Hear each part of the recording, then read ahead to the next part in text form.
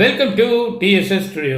என் friends எல்லாம் சூப்பராக இருப்பீங்கன்னு நினைக்கிறேன். போன மாத கடைசியில் பேப்பரில் வந்த செய்தி என்னென்னா, ஒரு நாய் 50 கோடிக்கு விற்கப்பட்டது அப்படின்னு ஒரு செய்தி வந்தது. அதை நம்ம ஏப்ரல் 2ஆம் தேதி நம்ம சேனலில் ஒரு தகவலாக சொல்லியிருந்தோம்.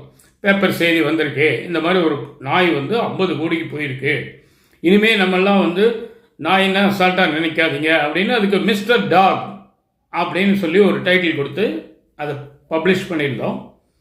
கொஞ்சம் பேர் பார்த்துருக்காங்க. ஆனால் அதில் ஒரு சின்ன டெஸ்ட்டு பாருங்கள். அப்படி 50 கோடிக்கெல்லாம் எந்த நாயும் விற்கப்படவில்லை, அதெல்லாம் பொய்யான செய்தி அப்படின்னு சொல்லி போன வெள்ளிக்கிழமை தினமலர் பேப்பரில் போட்டிருக்காங்க.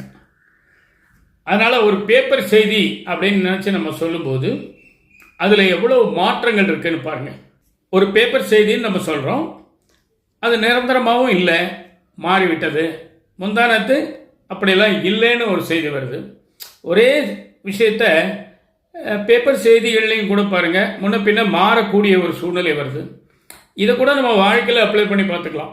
போன வாரம் நம்மக்கிட்ட இருந்த ஒரு கருத்து நாள்பட அதனுடைய உண்மை புரிஞ்சு சேச்சே அது மாதிரி இருக்கக்கூடாது, அப்படி செய்யக்கூடாது, தப்பது, யாரோ தப்பாக சொல்லியிருக்காங்க அப்படின்னு சொல்லி வேற ஒரு விதமாக நம்ம மாற்றுவோம் இல்லைங்களா?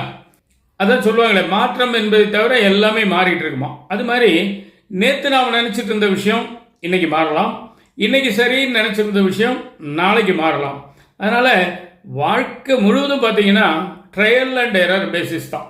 5 வயசில் பாருங்கள், 5 பைசா கிடைச்ச மிட்டாயை ஆர்வமாக சாப்பிட்ட அதே மக்கள், அதே சின்ன குழந்தைகள் 20 வயசு ஆகும்போது அந்த மிட்டாயை சாப்பிட மாட்டாங்க. ஏன் அப்படின்னு சொன்னால் அதுக்கு மேலே ஒரு லெவல் வேற ஒன்று கண்டுபிடிச்சி வச்சுருப்பாங்க. அந்த 20 வயசில் சாப்பிட்றதும் பார்த்தீங்கன்னா 40 வயசில் சுத்தமாக இருக்காது. ஏன்னா டாக்டர் இடையில வந்திருப்பார், நீங்கள் சுகர் பேஷண்ட், இவரை டயபெட்டிக் அப்படின்னு அவர் சில விதிகள்லாம் சொல்லிட்டு போயிடுவார். இதனால் வாழ்க்கை முழுவதும் பார்த்தீங்கன்னா மாறிட்டே தான் நாம் இருக்கோம். ஏன்னா குழந்தையாக பிறந்து குழந்தையாவாக இருக்கும், வளர்றோம்ல.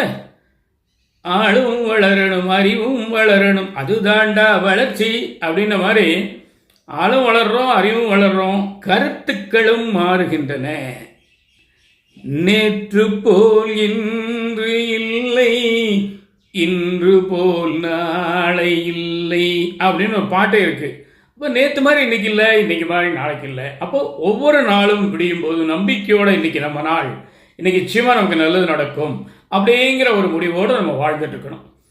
அதாங்க விஷயம். இன்னைக்கு புதுசாக ஒன்றும் இல்லை, ஏற்கனவே போட்ட பதிவு மாற்றப்படுகிறது அப்படின்னு ஒரு புது கருத்து வந்ததுனால அந்த கருத்தை சொன்ன மாதிரியே இந்த கருத்தையும் நாம் சொல்லிட்டோம். அவ்வளோதான். நிச்சயமாக இந்த விஷயம் உங்களுக்கு பிடிச்சிருக்கோன்னு நினைக்கிறேன். உங்கள் கருத்துக்களை எதிர்பார்க்குறேன். மீண்டும் அடுத்த எபிசோடில் சந்திப்போமா? அதுவரை உங்களிடம் விடைபெறுவது உங்கள் அன்பன் டி. சண்முக சுந்தரம், போத்தனூர், கோயம்புத்தூர். நன்றி, வணக்கம்.